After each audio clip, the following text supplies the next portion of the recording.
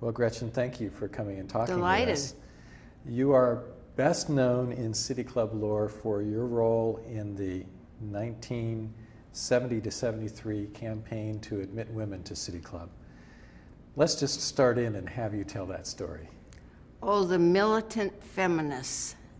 What I think is most important about the integration, as we call it, story of the City Club was the whole notion in those years was that feminists who were seeking equal rights had no sense of humor, that we were just devoid of any ability to laugh at ourselves.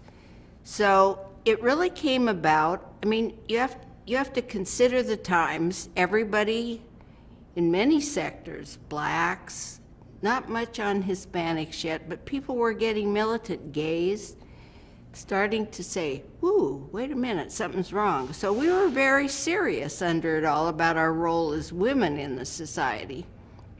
And most of us were political in some way or another.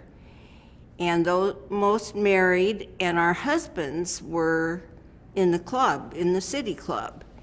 And to regress a tiny bit, in 1968 was that the City Club had that very famous Morse-Packwood debate, which really, in terms of a shift in the of the campaign and how the election went, that was kind of the peak. Everybody agreed that poor Wayne just looked old and tired and rambling, and Bob was young and vigorous. So, you know, we all had City Club, and as I say, our husbands were members. It was a great forum for current local politics. So in 1971 was the first vote, and we were kind of paying attention, but not to admit women, not paying that much attention. And by golly, they voted it down. Well, that torqued us off. I mean, what's with this group? We know half these people. How could that be? As I say, we were all political, a lot of us from 68 campaigns, Bobby Kennedy and Gene McCarthy, and, you know, that was sort of our entree and our venue. Well, so we decided we better do something about this. So we started thinking of it strategically. We said, what do we need to do? And we started phoning and calling people. And I don't think, now I didn't check, but I don't think we started the earnest picketing at that juncture. We started putting pressure on, making phone calls and so forth to say, come on guys, let's get with the times. Well, by golly, they had a third vote, then that was the second vote, and they didn't, still didn't, and there were some really outrageous things said. The people shall remain nameless, but one minority member talked about how important it was to have an exclusive place for men, which we thought was horribly ironic. So then we got really mad and went from just annoyed and to really, really, really angry. And we agreed early on that we couldn't be too hostile because we didn't want to come across as just these harpy shrew types, stereotypical feminists. So we ended up having things like a dress code for the picket line, that we really didn't wear pants. We had to wear skirts, and I mean, we joke about it. I think it was somebody like Eleanor Davis or Pauline, one of the older people, who said, do we need gloves? And we said, no gloves, that's passé.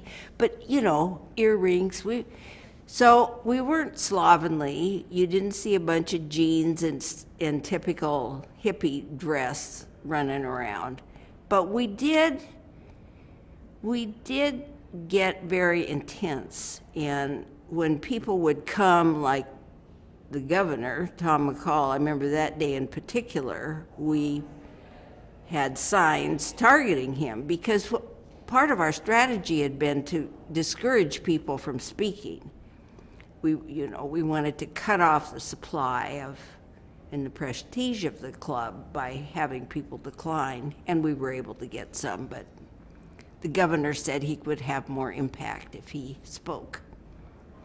So that was a particularly angry day, but the fun one and the reason it's such a memorable day is that one of our few male members, we named ourselves the Politically Oriented Women after national organization now, so it was POW, and one guy sent a press release out, humor, tongue-in-cheek, that said there'd been incidents of pinching on the picket line.